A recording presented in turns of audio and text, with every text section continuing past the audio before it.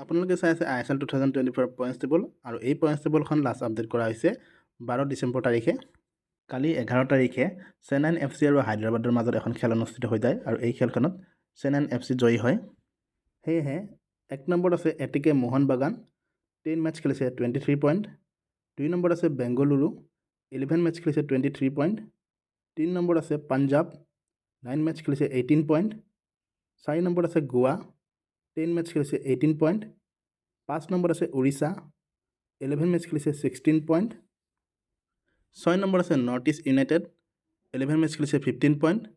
7 নম্বৰত আছে Chennaiyin FC 12 match খেলিছে 15 পইণ্ট। 8 নম্বৰত আছে জামছেদপুৰ FC 9 মেচ খেলিছে 15 পইণ্ট। 9 নম্বৰত আছে মুম্বাই চিটি 10 মেচ খেলিছে 14 পইণ্ট। 10 নম্বৰত আছে কেৰালা ব্লাষ্টাৰ্ছ 11 মেচ খেলিছে 11 পইণ্ট। 11 নম্বৰত আছে ইষ্ট বেংগল 9 মেচ খেলিছে 7 পইণ্ট। 12 নম্বৰত আছে হায়দৰাবাদ 11 মেচ খেলিছে 7 পইণ্ট। আৰু 13 নম্বৰত আছে মহামেডান 10 মেচ খেলিছে 5 পইণ্ট। এই পইণ্টছ টেবলখন লাষ্ট আপডেট কৰা হৈছে 12 ডিচেম্বৰ তাৰিখে।